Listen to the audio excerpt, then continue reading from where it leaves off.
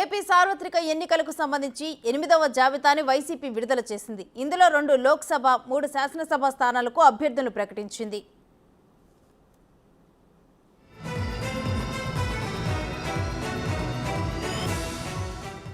గుంటూరు ఎంపీగా కిలారు రోసయ్య, ఒంగోలు ఎంపీగా చెవిరెడ్డి భాస్కర్ రెడ్డిని జగన్ ఫైనల్ చేశారు.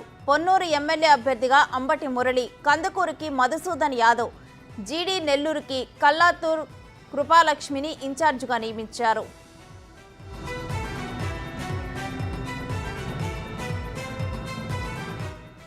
ఇక ఇదే విషయం మీద మరిన్ని అప్డేట్స్ మా ప్రతినిధి శివాని ఫోన్ లైన్ ద్వారా అడిగి తెలుసుకుందాం.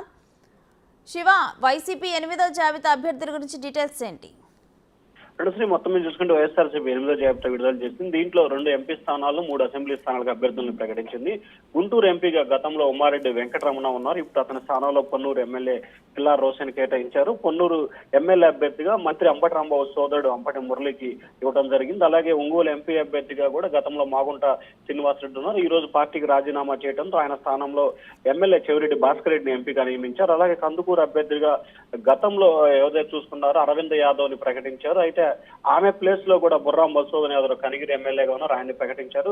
జీడీ నెల్లూరుకు సంబంధించి కూడా కల్వకుత్తూర్ కృపాలక్ష్మిని ప్రకటించారు. ఇప్పటికే జీడీ నెల్లూరుకు సంబంధించి గతంలో చిత్తూరు ఎంపీ రెడ్డప్ప, ఆ తర్వాత నారాయణస్వామి, తర్వాత నారాయణస్వామి కుమార్తె కృపాలక్ష్మి కేటాయించిన పరిస్థితి కనిపించింది.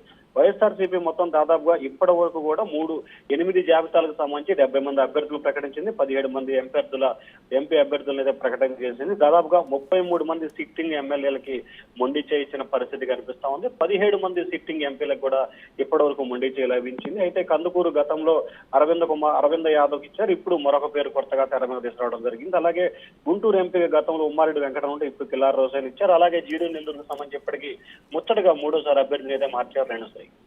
Right, thank you Shiva.